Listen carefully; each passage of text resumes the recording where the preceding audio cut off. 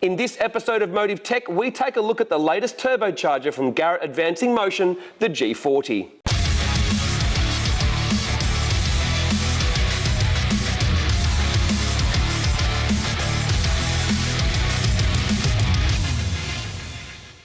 We've previously reviewed and analysed the G45 series of turbochargers, and before that the G30 and G35 series of turbochargers, which you can take a look at on our YouTube channel. We've also tested the G35 1050 on our own R32 GTR. Now the G40 is a very exciting release. Why is it so exciting? Well, for a few reasons. The first one being that, like the G45, the G40 has a relatively larger turbine wheel compared to the compressor wheel.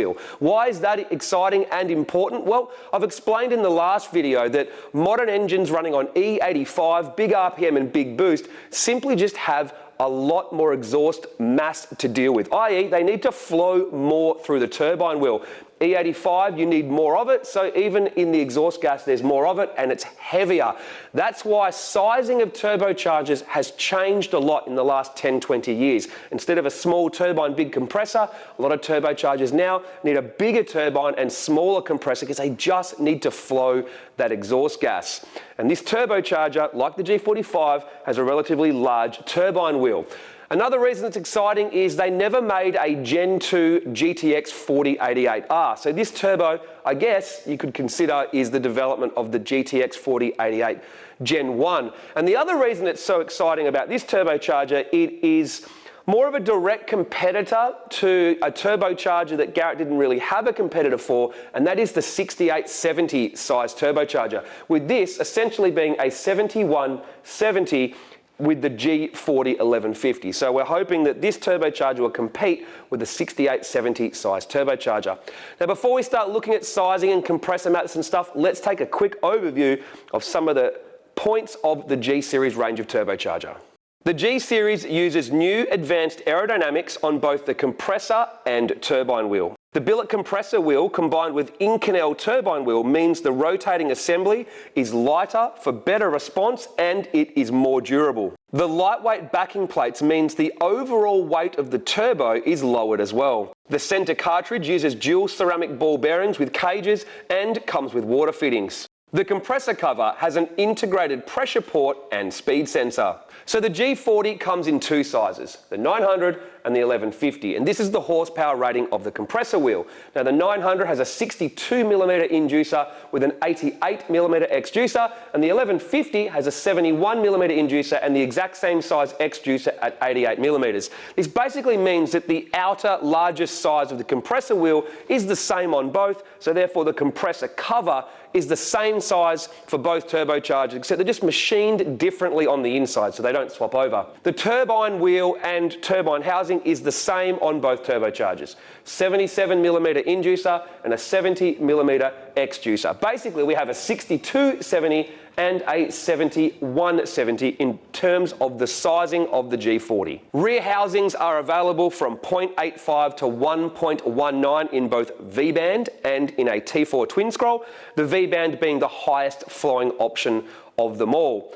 In terms of its physical dimensions, the rear turbine housing is the same size as the G42, but the compressor cover is actually smaller than a G42 compact. One good thing I like about the G40 though is it has a 4-inch inlet, which makes creating an intake and filter options, etc. really easy for this car. However, it appears that the overall dimensions of this turbocharger is obviously bigger than the G35, and it doesn't look like it's going to fit on a manifold that once had a G35 on there. So if you're getting a manifold for the G40, it's going to be the safest bet to go for a manifold that was already designed for a G42 or even a G45, as the rear housing is the same dimensions. Even though the compressor's smaller, you're just not going to fit that turbine in the same spot as you would a G35. So in terms of getting a manifold, think bigger rather than smaller, even though realistically it's quite a compact turbocharger for its horsepower rating. Comparing the G40 900 and 1150 compressor maps,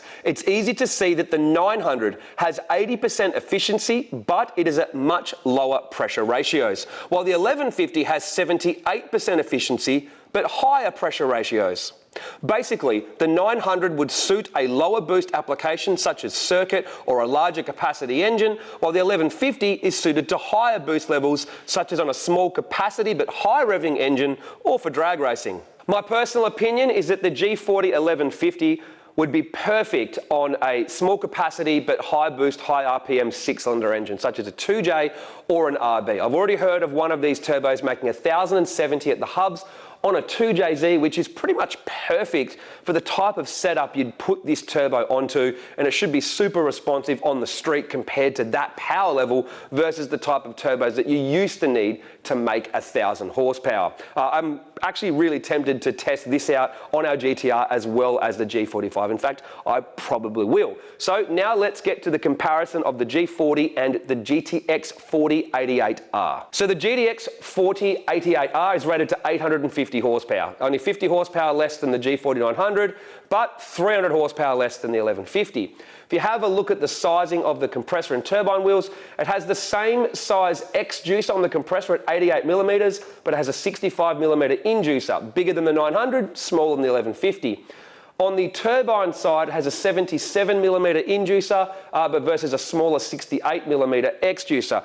Basically, the outer diameter of the compressor and the turbine wheel is the same on the 4088 and the 40. It's just the AR ratio that's changing because the front end of the compressor and obviously the back end of the turbine wheel, basically the inlet and outlet of the turbocharger are a different size. But obviously totally different aerodynamics as well, which is obviously creating the difference in the power ratings. The GTX 4088 has a 78% efficiency island on the compressor map, but at a lower pressure ratio, and if you look at the corrected airflow, the G40 is capable of over 100 pounds per minute in 1150 trim, while the 4088 is tapped as it goes past 80 pounds per minute, which is the same as the smaller G40 900.